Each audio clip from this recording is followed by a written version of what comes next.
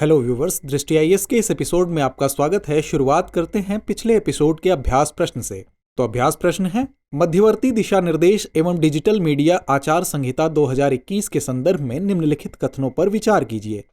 पहला कथन है, सूचना और प्रसारण मंत्रालय ने ओवर द टॉप ओटीटी प्लेटफॉर्मों को नियमित करने के लिए इन दिशा निर्देशों को अधिसूचित किया था।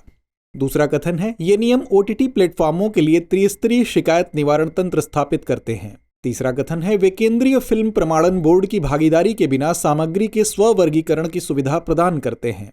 आपको बताना है उपर्युक्त में से कौन सा या कौन से कथन सही हैं। आपके विकल्प हैं ए केवल 1 और 2, बी केवल 2 और 3, सी केवल 1 और 3 और डी 1, 2 और 3। ओटीटी प्लेटफॉर्मों को विनियमित करने के लिए इलेक्ट्रॉनिक्स और सूचना प्रौद्योगिकी मंत्रालय ने वर्ष 2022 में सूचना प्रौद्योगिकी मध्यवर्ती दिशा निर्देश और डिजिटल मीडिया आचार संहिता नियम 2021 जारी किए। अतः कथन 1 सही नहीं है। बता दें कि ओटीटी प्लेटफॉर्मों के लिए दिशा निर्देश एक सॉफ्ट टच स्वनियामक वास्तुकला स्थापित करते हैं, जिसमें आचार संहिता और 3 स्तरीय शिकायत निवारण प्रक्रिया शामिल है। अतः कथन 2 सही है। वे केंद्रीय फिल्म प्रमाणन बोर्ड की भागीदारी के बिना सामग्री के स्व-वर्गीकरण की सुविधा प्रदान करते हैं। अतः कथन 3 सही है।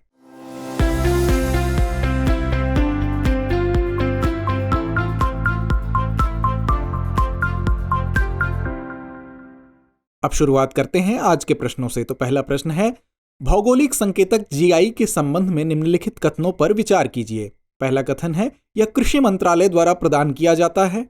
दूसरा कथन है, इसे बौद्धिक संपदा अधिकार ट्रिप्स के व्यापार संबंधित पहलुओं पर समझौते में परिभाषित नहीं किया गया है। उपर्युक्त में से कौन सा या कौन से कथन सही हैं? विकल्प ए केवल 1, विकल्प बी केवल 2, विकल्प सी 1 और 2 दोनों, विकल्प डी न तो 1 न ही 2। इसका सही विकल्प डी है। भौगोलिक संकेतक जीआई यह उन उत्पादों पर इस्तेमाल किया जाने वाला एक चिन्ह है जिसकी एक विशिष्ट भौगोलिक उत्पत्ति होती है तथा उस उत्पत्ति से संबंधित गुण अथवा पहचान से जाने जाते हैं। यह टैग 10 वर्ष के लिए वैध होता है। बता दें कि भारत में भौगोलिक संकेतक registry geographical indication registry GIR भौगोलिक संकेतक GI टैग जारी करता है, जो उद्योग संवर्धन और आंतरिक व्यापार विभाग वाणिज्य एवं उद्योग मंत्रालय के अधीन है। अतः कथन 1 सही नहीं है। भौगोलिक संकेतक को बौद्धिक संपदा अधिकारों के व्यापार संबंधित पहलुओं पर समझौता ट्रिप्स तथा उत्पत्ति एवं भौगोलिक संकेतकों के अभिधान पर लिस्बन समझौते के जेनेवा अधिनियम में परिभाषित किया गया है। अतः कथन 2 सही नहीं है। अगला प्रश्न है, ग्रीन क्रेडिट नियम 2023 के संबंध में निम्नलिखित कथनों पर विचार कीजिए। पहला कथन है, इन्हें राष्ट्रीय हरित अधिकरण अधिनियम 2010 के तहत अधिसूचित किया गया है।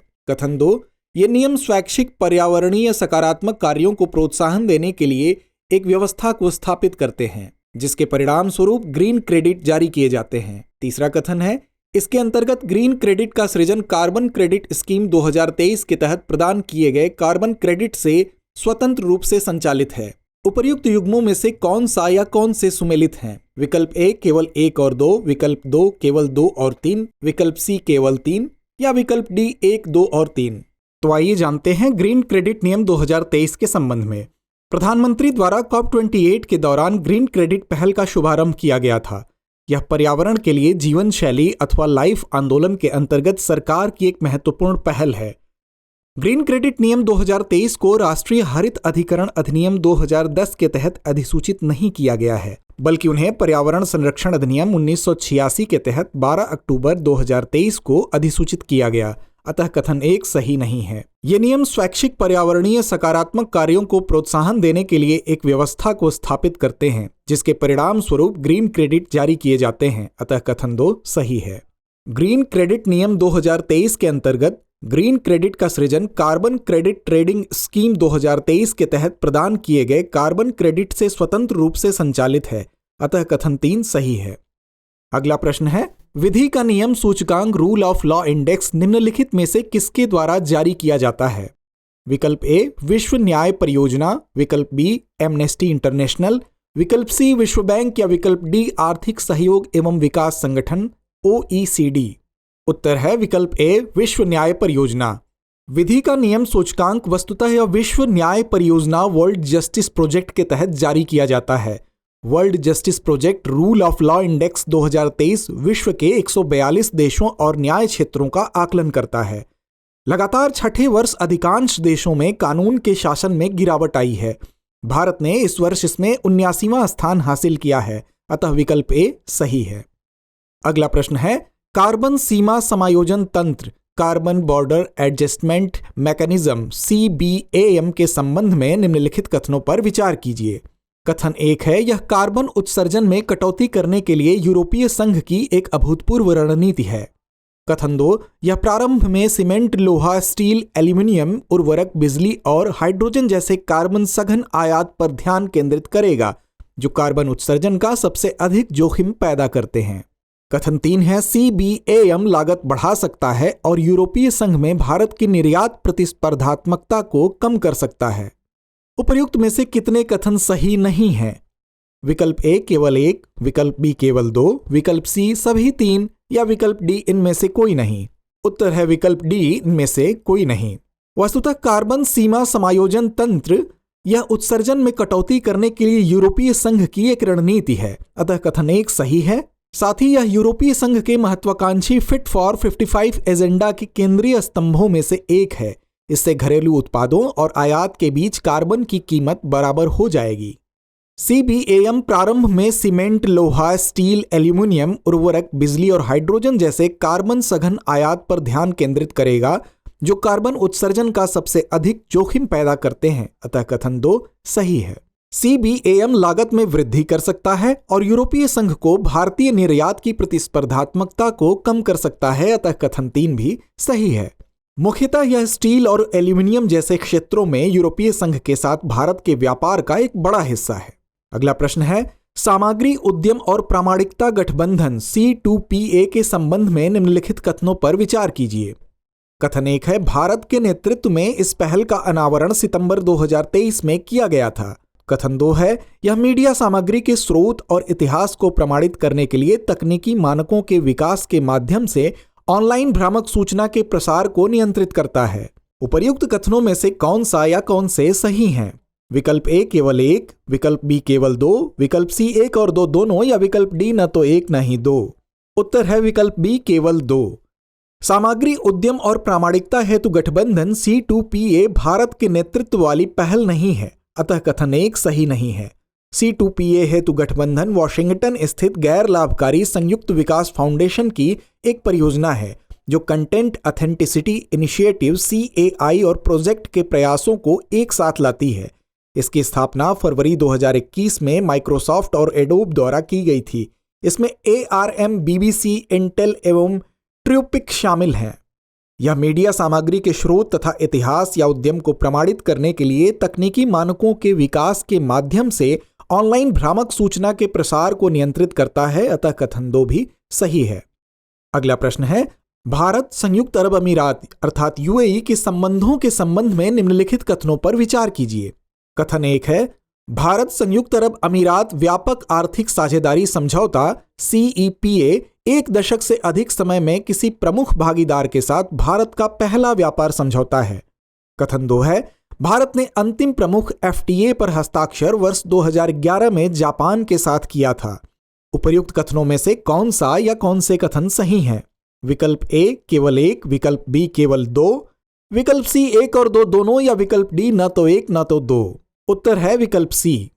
भारत संयुक्त अरब अमीरात CEPA 1 दशक से अधिक समय में भारत द्वारा किसी प्रमुख व्यापारिक भागीदार के साथ किया गया पहला व्यापार समझौता है, अतः कथन 1 सही है। भारत ने अंतिम प्रमुख FTA पर हस्ताक्षर वर्ष 2011 में जापान के साथ किया था, अतः कथन 2 भी सही है। सरकार ने इस बात पर जोर दिया है कि इस समझौते में अन्य देशों को कम टैरिफ से लाभ उठाने के लिए संयुक्त अरब अमीरात के माध्यम से अपने निर्यात को फिर से शुरू करने हेतु समझौते का उपयोग करने से रोकने के लिए कड़े मूल नियम शामिल हैं। समझौते के तहत कम टैरिफ के लिए अर्हता प्राप्त करने हेतु अधिकांश उत्पादों को नए समझौते के तहत निर्यातक देश में 40% मूल्यवर्धन की आवश्यकता होती है। अगला प्रश्न है, सर्वोच्च न्यायालय विधिक सेवा समिति SCLSC के संबंध में निम्नलिखित कथनों पर विचार कीजिए। कथन 1 है, इसका गठन विधिक सेवा प्राधिकरण अधिनियम 1987 की धारा 3A के तहत किया गया था। कथन 2 है, इसमें भारत के मुख्य न्यायाधीश सीजेआई द्वारा नामित एक अध्यक्ष और 5 सदस्य होते हैं। कथन 3 है, सीजेआई समिति में सचिव की नियुक्ति कर सकते हैं। आपको बताना है उपर्युक्त कथनों में से कितने सही हैं। विकल्प ए केवल 1, विकल्प बी केवल 2 या विकल्प सी सभी 3 या विकल्प डी इनमें से कोई नहीं। उत्तर है विकल्प बी केवल 2। इसका गठन विधिक सेवा प्राधिकरण अधिनियम 1987 की धारा 3A के तहत किया गया था, अतः कथन 1 सही है। इसका उद्देश्य शीर्ष न्यायालय के अधिकार क्षेत्र के तहत आने वाले मामलों में समाज के कमजोर वर्गों को निःशुल्क और सक्षम कानूनी सेवाएं प्रदान करना है। अधिनियम की धारा 3A में कहा गया है कि राष्ट्रीय विधि सेवा प्राधिकरण national legal service authority NALSA समिति का गठन करेगी। SCLSC में एक अध्यक्ष और CJI द्वारा नामित 9 सदस्य होते हैं, अतः कथन 2 सही नहीं है। समिति CJI के परामर्श से केंद्र द्वारा निर्धारित अधिकारियों और अन्य कर्मचारियों की नियुक्ति कर सकती है। इसके अलावा CJI समिति के सचिव की नियुक्ति कर सकते हैं, अतः कथन 3 सही है। अगला प्रश्न है, भारत म्यांमार संबंधों के संदर्भ में निम्नलिखित कथनों पर विचार कीजिए। पहला कथन है, म्यांमार एकमात्र दक्षिण पूर्व एशियाई देश है जो पूर्वोत्तर भारत के साथ भूमि सीमा साझा करता है। दूसरा कथन है, भारत के सागर विजन के हिस्से के रूप में भारत ने म्यांमार के राखीन राज्य में मोंगला बंदरगाह विकसित किया। तीसरा कथन है, मुक्त संचरण व्यवस्था free movement regime Bharat Myanmar सीमा के दोनों ओर के निवासियों को बिना वीजा एक दूसरे के क्षेत्र में 16 किलोमीटर तक यात्रा करने में सक्षम बनाती है। आपको बताना है उपर्युक्त कथनों में से कितने सही हैं। विकल्प ए केवल 1, विकल्प बी केवल 2 या विकल्प सी सभी 3, विकल्प डी इनमें से कोई नहीं। सही उत्तर है विकल्प बी केवल 2। म्यांमार एकमात्र दक्षिण पूर्व एशियाई देश है जो पूर्वोत्तर भारत के साथ भूमि सीमा साझा करता है, अतः कथन 1 सही है। भारत के सागर विजन के हिस्से के रूप में भारत ने म्यांमार के राखीन राज्य में सितवे बंदरगाह विकसित किया है, अतः कथन 2 सही नहीं है। इस बंदरगाह का विकास चीनी सीमा वाले क्याओकप्यू बंदरगाह को लेकर भारत की एक ठोस प्रतिक्रिया के रूप में देखा जा सकता है, जिससे रखाइन में चीन के भू रणनीतिक पदचिह्न को मजबूती मिलेगी। 2018 में लागू की गई मुक्त संचरण व्यवस्था free movement regime FMR Bharat Myanmar सीमा के दोनों ओर रहने वाले लोगों को बिना वीजा एक दूसरे के क्षेत्र में 16 किलोमीटर तक जाने की अनुमति देती है, अतः कथन 3 सही है। तो आइए व्यूअर्स नोट कर लेते हैं आज का अभ्यास प्रश्न। अभ्यास प्रश्न में आपको 2 युग्म दिए गए हैं। निम्नलिखित युग्मों पर विचार कीजिए। पहला आदि के किर अरुणाचल प्रदेश, दूसरा तंगेल साड़ी पश्चिम बंगाल, तीसरा कच्ची खरेक गुजरात। विकल्प ए केवल 1, विकल्प बी 1 और 2 दोनों, विकल्प सी केवल 2 और 3 या विकल्प डी 1, 2 और 3। डियर व्यूअर्स, अपने एग्जाम की तैयारी को और बेहतर करने के लिए हमारे चैनल को लाइक, शेयर और सब्सक्राइब करना न भूलें।